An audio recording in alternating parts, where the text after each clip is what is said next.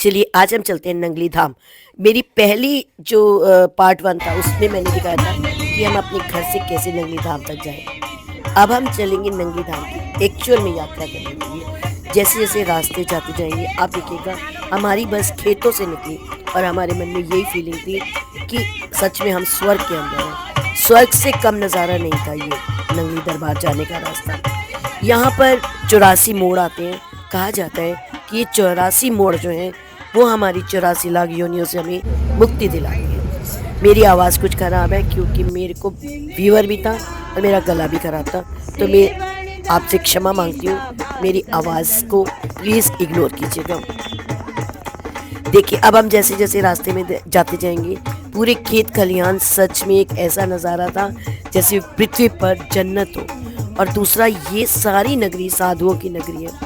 यहाँ सिर्फ़ और सिर्फ साधु निवास करते हैं और जब भी कोई साधु की नगरी होती है तो हमेशा यही फीलिंग्स होती है कि ये कितना पवित्र स्थान होगा और इसकी पवित्रता देखते ही बनती थी। जाने के बाद आप साथ-साथ भजनों का भी आनंद लेते रहें और साथ-साथ दृश्य का भी आनंद लें। दृश्य तो इतने खूबसूरत मनमोहक थे कि सच में ऐसा लगता है कि यहाँ से जाने का भी दिल ना करे। आप एक बार सभी से रिक्वेस्ट है कि नंगली दरबार ज़रूर जाइए। एक बार जाने के बाद मुझे ऐसे लगता है कि आप बार-बार जाएँगे। ये देखिए 84 मोड़ से जब बस गुज़रती है तो ये मोड़ हर थोड़ी-थोड़ी देर के बाद घूमने लग जाते हैं। आप देखिए कितना क्लियर रास्ता है और जैसे-जैसे मोड़ घूमते जाते हैं वैसे-वैसे हमें ऐसा फीलिंग आती है कि हम 84 लाख योनियों से मोक्ष पाते जा रहे हैं। और कहा भी यही जाता है कि इस रास्ते जो भी जाएगा वो 84 लाख योनियों से मुक्त हो जाएगा। और ये भी होता है कि बहुत से लोग ये भी सोचते हैं कि गाँव का नज़ारा है, बहुत गड्ढे होंगे, बस बहुत उछलेगी, ऐसा कुछ भी नहीं है। यहाँ कोई गड्ढा नहीं है, रास्ते इतने सुंदर बने हुए हैं। नंगली दरबार जाने का जो रास्ता है वो बिल्कुल साफ़ है। जब भी आप यहाँ आएँगे आपको बहुत अच्छा लगेगा।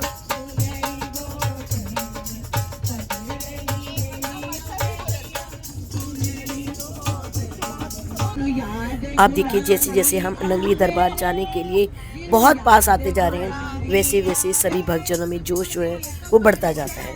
सच में मुझे लगता है नंगली दरबार वाक़ई में बहुत खूबसूरत है। आप एक बार जाएँगे तो आप बार-बार जाएँगे। इसीलिए आप ज़रूर जाइएगा, ज़रूर नंगली दरबार जाइएगा। सच में बहुत ही आनंद की प्राप्ति होगी।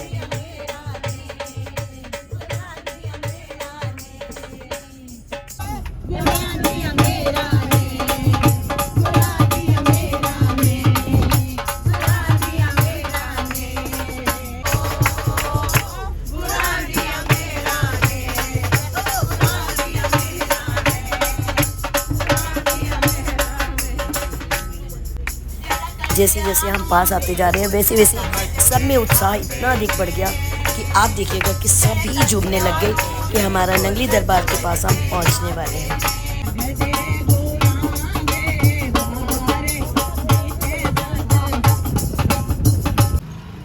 अब हम सब नंगली दरबार आ गए। सबसे पहले हम समाधि दर्शन करेंगे। ये देखिए इसका इतना सुंदर नज़ारा है, गाँव का इतना सुंदर और पवित्र नज़ारा है।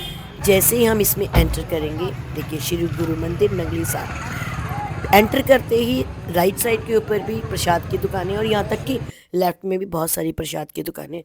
जब आप कॉरिडोर के अंदर चले जाएंगे वहाँ पर भी आपको प्रसाद की दुकानें दिखेंगी। चाहे आप कैसा भी प्रसाद लीजिए, बर्फ़ी का, मिठाई का, बिस्किट्स का, नमकीन का, यहाँ तक कि रोज़ फ्लावर्स का, जैसा भी आप लेना चाहें, जैसे भी आपकी श्रद्धा हो आप वो लीजिए। थोड़ा सा आगे जाएंगे तो आपको जूता घर दिखेगा जहाँ पर आप अपने जूते संभाल कर रख सकते हैं।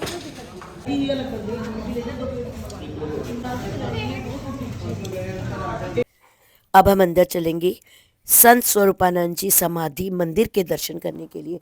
ये एक भव्य मंदिर है। आप देखिए कितनी स्वच्छता और कितनी सफाई के साथ ये मंदिर बना हुआ है। मंदिर की भव्य सुंदरता देखते ही बनती है। सबसे पहले मंदिर में ऊपर लिखा हुआ है जय सच्चिदानंद जी। और और जब हम अंदर गए तो सच में एक भव्य नज़ारा था। यहीं से ही मन को शांति मिलनी शुरू हो गई। आप दर्शन कीजिए। कैमरा ले जाना अंदर बिल्कुल मना है, फोटोग्राफी अंदर बिल्कुल मना है। इनके नियम बाहर ही लिखे हुए हैं। जो इनके नियम हैं हम उन्हें ज़रूर फॉलो करेंगे। आप बाहर से ही दर्शन कर लीजिए। दर्शन करने के बाद हम जब अंदर गए तो हमने अंदर जाकर एटलीस्ट 15 से 20 मिनट तक मेडिटेशन करी। मेडिटेशन करने के बाद हम जब बाहर आए तो हमने पूरे मंदिर परिसर की परिक्रमा की। परिक्रमा करने के साथ साथ हमारे अंदर एक ऐसी अनुभूति थी कि मानो हमारे अंदर बिल्कुल जैसे गुलाब की खुशबू फैल जाती है और मन प्रसन्न हो जाता है, बिल्कुल ऐसा ही महसूस हो रहा था। सामने देखिए कि जितने भी रूम्स हैं ये सब साधुओं के हैं जो यहाँ सेवा करते हैं। परिक्रमा करने के बाद दोबारा हमने दर्शन किए। दर्शन करने से तो ऐसा लगता है कि हमारा मन ही नहीं भर रहा था। आगे हम गए अमृत स्रोत की तरफ। यहाँ पर एक नल लगा हुआ है। कहा जाता है कि इसका जल जो है गंगा जी के समान पवित्र होता है। बहुत से लोगों ने जल को पिया भी और साथ में अपनी केन या बॉटल में भरकर अपने घर भी ले गए, जो गंगा जैसा पवित्र था। कहा जाता है कि बहुत सी बीमारियां इस जल को पीने से, रोज़ पीने से नष्ट हो जाती हैं। ये पूर्णमासी के दिन तो यहाँ बहुत भव्य मेला लगता है। अब हम सब चले ई रिक्शा करके पूरे गांव को देखने के लिए और समाधि के दर्शन करने के लिए। वैसे ही जाना है। सच में गुरुओं की समाधि के दर्शन करने का सौभाग्य इस संसार में किसी किसी को मिलता है। अब ये गलियां देखिए, कितनी छोटी छोटी गलियां हैं और कितनी प्यारी और कितनी साफ गलियां हैं। जरा सी भी गंदगी का यहाँ निशान भी नहीं है, बिल्कुल साफ गलियां हैं। अब जाकर देखिएगा, यहाँ सभी संत पुरुषों की समाधियों बनी हुई हैं। इन समाधि के दर्शन करने पर सबके नाम भी लिखे हुए हैं उनकी समाधि के ऊपर। यूट्यूब ये समाधि के दर्शन करने या कुछ पल वहाँ बैठने से जो शांति का अनुभव होता है वो सच में बहुत ही पूजनीय है और बहुत ही अच्छा लगता है। अब हम चले बड़े बाई जी, गुरमीत बाई जी और छोटी बाई जी, पम्मी बाई जी की समाधि पर। आप यकीन मानिए इन सब के दर्शन करने से जितना फल मिलता है उतना ही इनकी समाधि पर जाकर माथा टेकने से भी फल मिलता है। इन संत महापुरुषों की समाधि के दर्शन सच में बहुत खुश नसीब हैं जो हमने इनके दर्शन किए। और इनके दर्शन कराने का जो श्रेय प्राप्त होता है वो भूटानी भैया का है, जो हमें वहाँ तक लेकर गए। और मुझे लगता है मैं अपने जीवन में कभी भी वहाँ तक नहीं पहुँच सकती थी यदि मेरा पहले कोई मार्गदर्शन ना करे। वो हमारे मार्गदर्शक है जो हमें यहाँ तक लेकर गए। उन दोनों के दर्शन करने के बाद, माथा टेकने के बाद हम आगे की ओर गए, पर मन हमेशा बार बार पीछे मुड़कर देखता था उनकी समाधि की ओर। आगे अब हम दर्शन करेंगे सतगुरु वाटिका जी। सतगुरु वाटिका, यहाँ पर पानी पहले बहुत भरा रहता है। पूर्णमासी में यहाँ पर स्नान भी होता है और इनफैक्ट पूर्णिमा पे यहाँ पर मेला लगता है। उस मेला को देखने के लिए हज़ारों लोग विदेशों से, दूर देशों से यहाँ आते हैं। यहाँ पर आने के बाद जब हम संतों की समाधि को देखते हैं तो मानो यूँ महसूस होता है कि हम उन्हीं के पास बैठे हुए हैं और उन्हीं की वाणी सुन रहे हैं। देखिए कितना सुंदर और कितना भव्य नज़ारा। और जब हम इनको देखते हैं तो देखने के बाद सच में यूँ महसूस होता है कि हम संतों की नगरी में आ गए। मुझे तो ये भी पर्सनली ये फील होने लग गया कि यार यही सब कुछ है, यही हमें निवास करना चाहिए, यही शांति का प्रतीक है। और यहाँ आने के बाद हमें असीम शांति का अनुभव हुआ। मैं आप सब से रिक्वेस्ट करती हूँ कि आप एक बार नंगली दरबार ज़रूर जाइएगा, उस शांति को ज़रूर अनुभव कीजिएगा।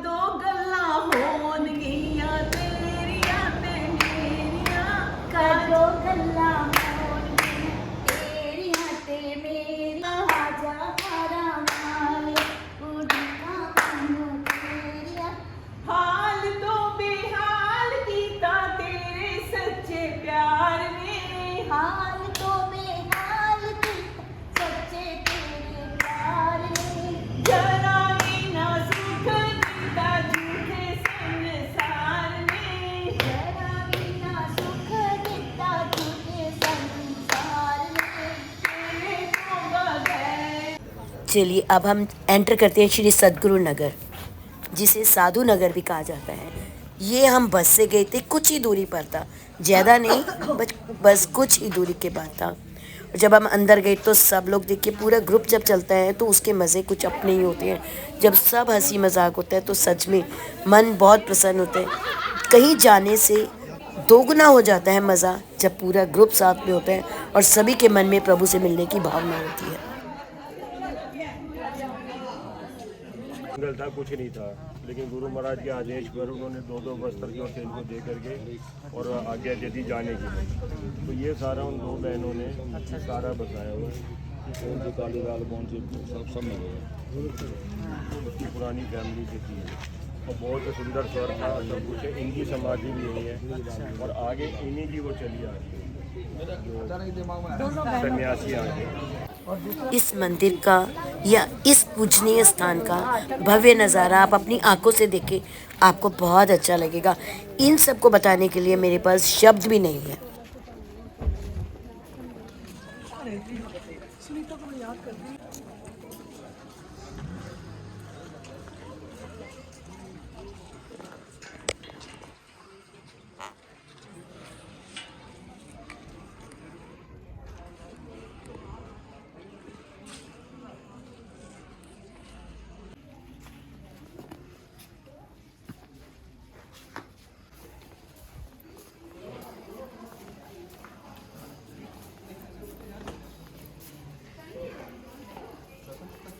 जब हम अंदर गए तो सबसे पहले हम आशा बाई जी से मिले, जो MBBS डॉक्टर थी, और उन्होंने अपना सब कुछ छोड़कर यहाँ आकर भाई जी के दर्शन करके हमें बहुत ही आनंद आया। और मैं चाहती हूँ मेरी पूरा YouTube परिवार भी इन भाई जी के दर्शन करे और अपना जीवन धन्य बनाए। उसके बाद हमने सबसे पहले लंगर किया। भाई जी ने कहा कि बातें बाद में, पहले लंगर कीजिए क्योंकि लंगर का समय हो गया है। लंगर करने के बाद हम उस परिसर में घूमने के लिए चले गए। ये जो वृक्ष है, ये 3 की जड़ इकट्ठे हैं, नीम की, पीपल की और बड़ की।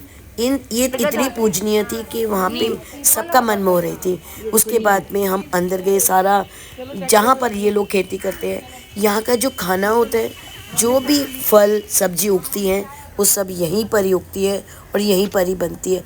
मीन्स यहाँ सब कुछ ताज़ा ताज़ा होता है। चलिए उन खेतों के हम दर्शन करते हैं, या उन खेतों में हम घूमते हैं जहाँ सच में गोभी, गाजर, मूली, यहाँ तक के फल सब उगे हुए हैं।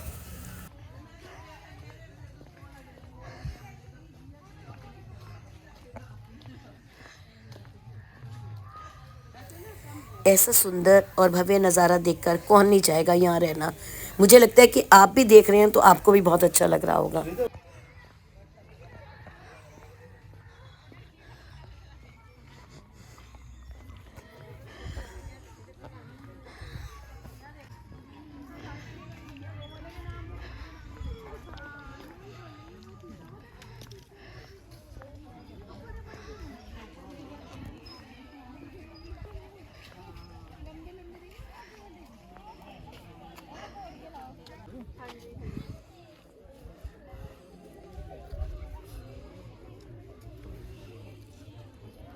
संस्कृति है। यहाँ पर बच्चों को भी लाया गया है, स्कूल के बच्चों को। यही हमारी संस्कृति है। मैं भी सभी से कहूँगी कि अपने बच्चों को लेकर या स्कूल के बच्चों के साथ एक बार सभी प्रोग्राम यहाँ ज़रूर बनाएं। यही हमारी संस्कृति है जिसे हमें ज़रूर सिखाना चाहिए। सनातन धर्म क्या होता है यहाँ आकर देखिए। अब हम सत्संग भवन के अंदर चलते हैं और एक एक के दर्शन भी साथ साथ करेंगे। इन दर्शनों को करने से ही आप धन्य हो जाएंगे, मुझे पूरी उम्मीद है।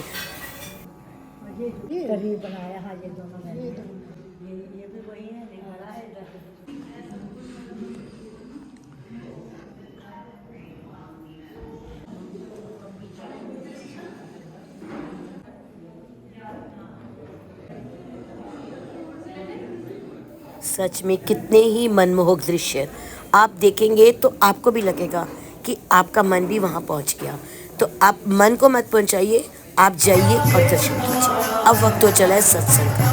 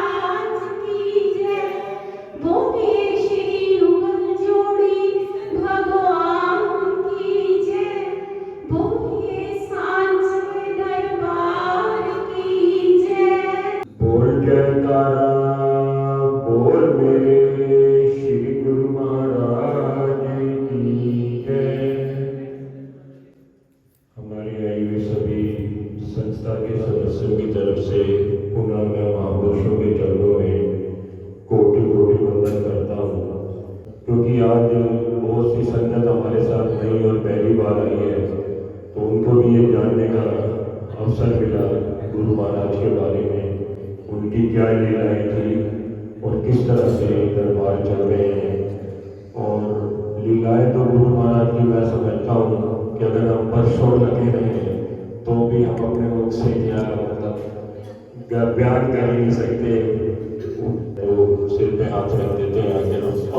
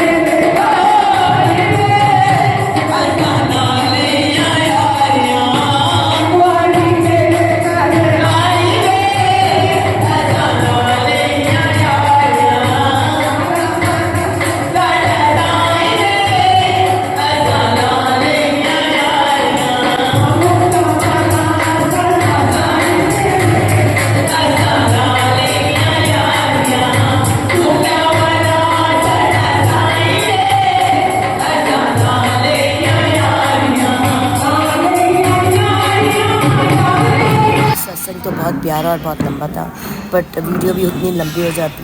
फिर उसके बाद सबने चाय के साथ कुछ छोटा सा मट्ठी या नमकीन जैसी कोई चीज़ ली और सब वापसी में दोबारा बस में।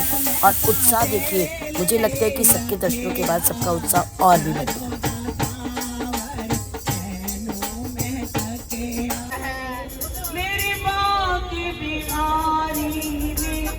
उसे अपना बनाया है नाम मेरी राधा रानी का जिस जिसने गाया है। नाम मेरी राधा रानी का जिस जिसने गाया है। ओ माँ के दीवानी ने उसे अपना बनाया है। मेरी माँ के बिहारी ने उसे अपना जय राधे जय राधे जय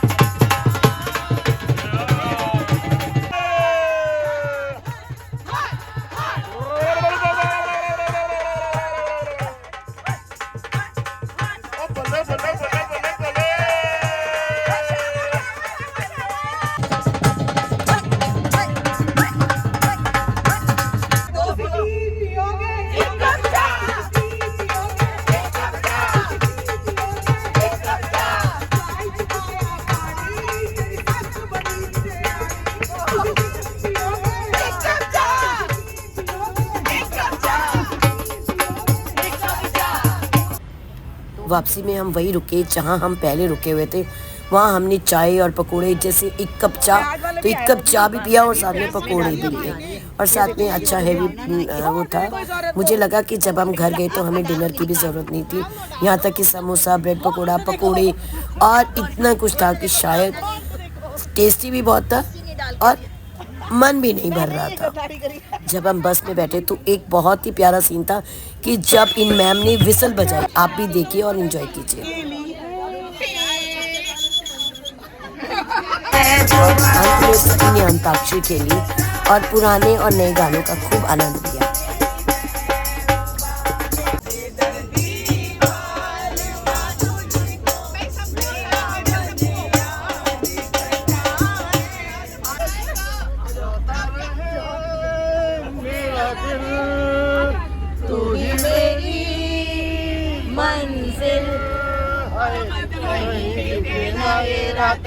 कहीं बीते ना ये दिल गाता रहे मेरा दिल मेरी राहों में चलना बदले दुनिया सारी तुम ना बदलना सारे सारे बदला बनों के पास वो कहते उसका समझे दे बात यारों का दिल बोला